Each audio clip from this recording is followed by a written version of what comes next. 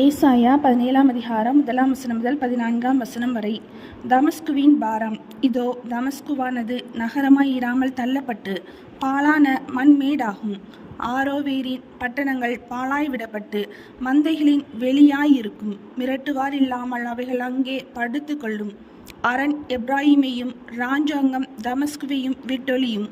இஸ்ரவேல் புத்திரருடைய மகிமைக்கு நேரிட்டது போல சீரியாவில் மீதியாயிருப்பவர்களுக்கும் நேரிடும் என்று சேனைகளின் கர்த்தர் சொல்கிறார்.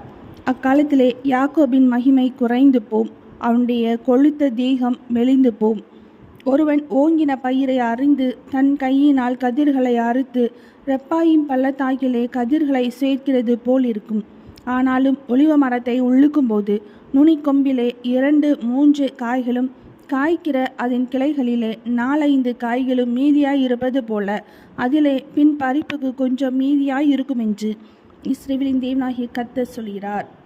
அக்காலத்திலே மனுஷன் தன் கைகளின் கிரியையாகிய பீடங்களை நோக்காமலும் தன் விரல்கள் உண்டு பண்ணின தோப்பு விக்கிரகங்களையும் சிலைகளையும் நோக்காமலும் தன்னை உண்டாக்கினவரையே நோக்குவான்.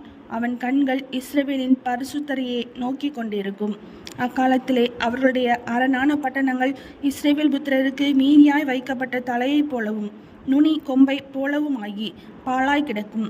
உன் பலமாகிய கண்மலையை நீ நினையாமல் உன் இரட்சிப்பாகிய தேவனை மறந்தாய். ஆதலால் நீ நேர்த்தியான நாற்றுகளை நட்டாலும் அந்நிய தேசத்து கன்றுகளை வைத்தாலும் பகற்காலத்திலே உன் நாற்றை வளரவும் விடியற் காலத்திலே உன் விதையை முளைக்கவும் பண்ணினாலும் பலனை சேர்க்கும் நாளிலே துக்கமும் கடும் வேதனையுமே உங்கள் அறுப்பாயிருக்கும். ஐயோ, கடல்கள் கொந்தளிக்கிறது போல கொந்தளிக்கிற அநேக ஜனங்களின் திரளும் பலத்த தண்ணீர்கள் இறைகிறது போல இறைகிற ஜன கூட்டங்களின் அமளியும் உண்டாயிருக்கிறது. ஜன கூட்டங்கள் திரளான தண்ணீர்கள் இறைகிறது போல இறைந்தாலும் அவர்களை அவர் அதட்டுவார். அவர்கள் தூரமாய் ஓடி போவார்கள்.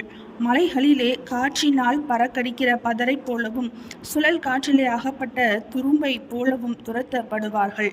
இதோ, சாயங்காலத்திலே கலக்கமுண்டாகும். விடியற் காலத்துக்கு முன் அவர்கள் ஒளிந்து போவார்கள். இதுவே நம்மை கொள்ளையாடுகிறவர்களின் பங்கும் நம்மை சூறையாடுகிறவர்களின் வீதமாய் இருக்கும். ஏசாயா 17ஆம் அதிகாரம் முடிந்தது.